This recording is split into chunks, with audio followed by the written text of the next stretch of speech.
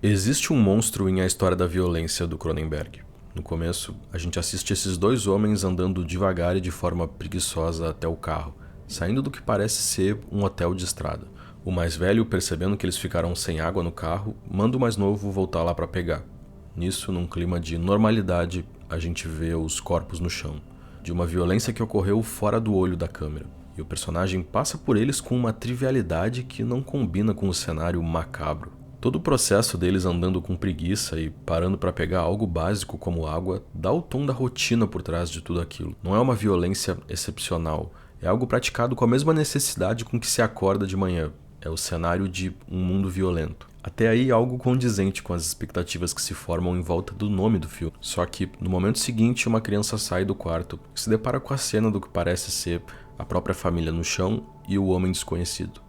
Ele faz feição de acalmar a menina e chamar ela até ali só para sacar a arma e fazer o impensável. O som se mistura aos gritos de uma outra menina que estava dormindo. A cena de crueldade e violência era fruto de um pesadelo.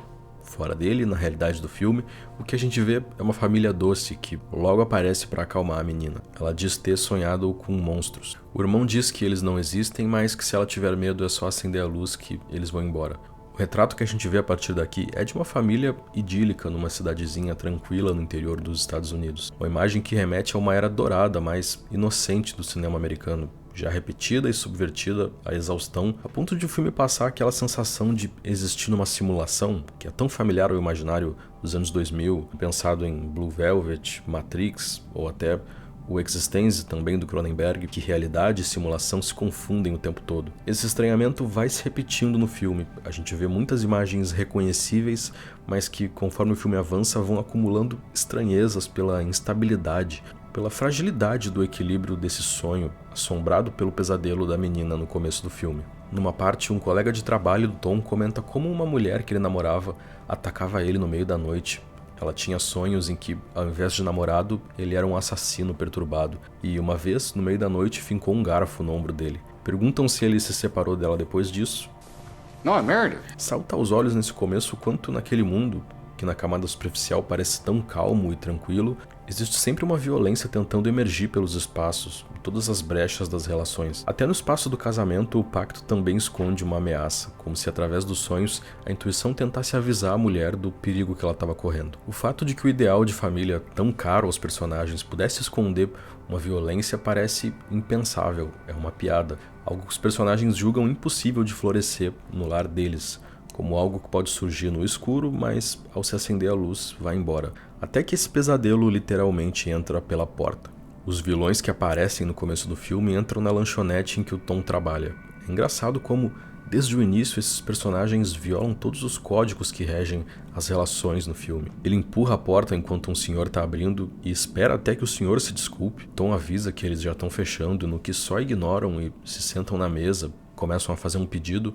Tom repete educadamente que estão fechando, como se tudo ainda fosse só um mal-entendido. I said, coffee! Mas não era. Dos gestos mais simples aos mais extremos, é como se esses personagens fossem uma encarnação da violência, a imposição do poder sobre o outro. E essa violência, como o filme pensa ela aqui, é algo contagioso, que se infiltra e se esconde nas relações, que se performa, que troca de papéis entre as pessoas, e que é parte indissociável desse sonho americano que pareciam todos estar vivendo ali. As fronteiras desse mundo idílico que a gente estava assistindo até então são protegidas por essa violência. Conforme eles violam a santidade daquele lugar tão pacífico, das pequenas grosserias até a violência mais brutal, vai se cultivando até em quem está assistindo, pela escalada gradual do desconforto, das quebras de protocolo, o desejo pela reação, pelo desfecho violento. A tensão vai aumentando e o Tom, agindo quase por instinto, consegue pegar a arma de um dos homens, reage à agressão e atira nos dois, numa cena catártica.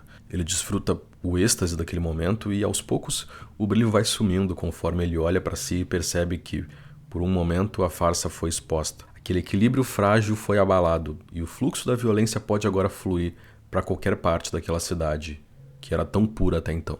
O evento repercute, um choque para o cotidiano tranquilo do lugar, e a partir daí esses personagens de preto começam a visitar o Tom no trabalho e a vigiar a família.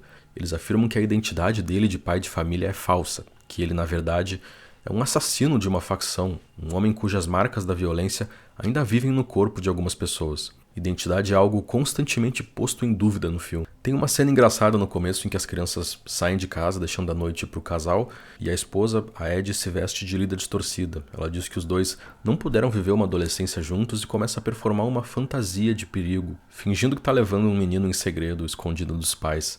O tempo todo ele parece incrédulo, como se nessa performance ele não reconhecesse a esposa por um instante. No wives in here, mister. Mas no filme, depois do evento no café, é a identidade do Tom que é colocada em dúvida. Quem é esse homem que dorme do lado dela?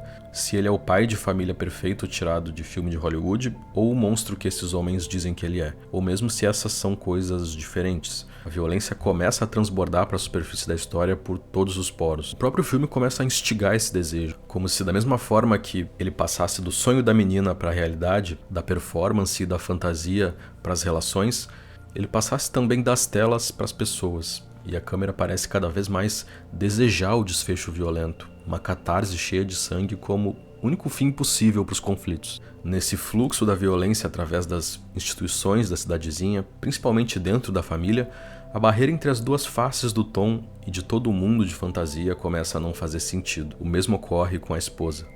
Tem uma cena em que o delegado de polícia está visitando Tom, agora não tanto para prestar suporte em relação ao problema com os mafiosos, quanto pela suspeita da relação dele com esses homens, algo que sequer teria passado pela cabeça dele até então. Tom é encurralado pelos questionamentos do policial. A esposa chega em casa e inicialmente soma na cena com o confronto ao marido. Ela tem ali uma oportunidade de delatar e fugir dessa relação mentirosa, da vida construída sobre uma fantasia.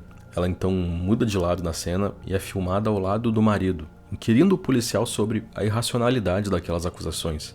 No fim, a Ed escolhe se segurar a esse sonho americano falso, corrompido, gerado e mantido a partir da violência. Por mais irracional que pareça, ela escolhe a performance. Fingir ser a esposa perfeita, a família idílica do começo do filme. No que o policial sai da casa, ela sai dali furiosa, como que enojada de si mesma, evitando o marido.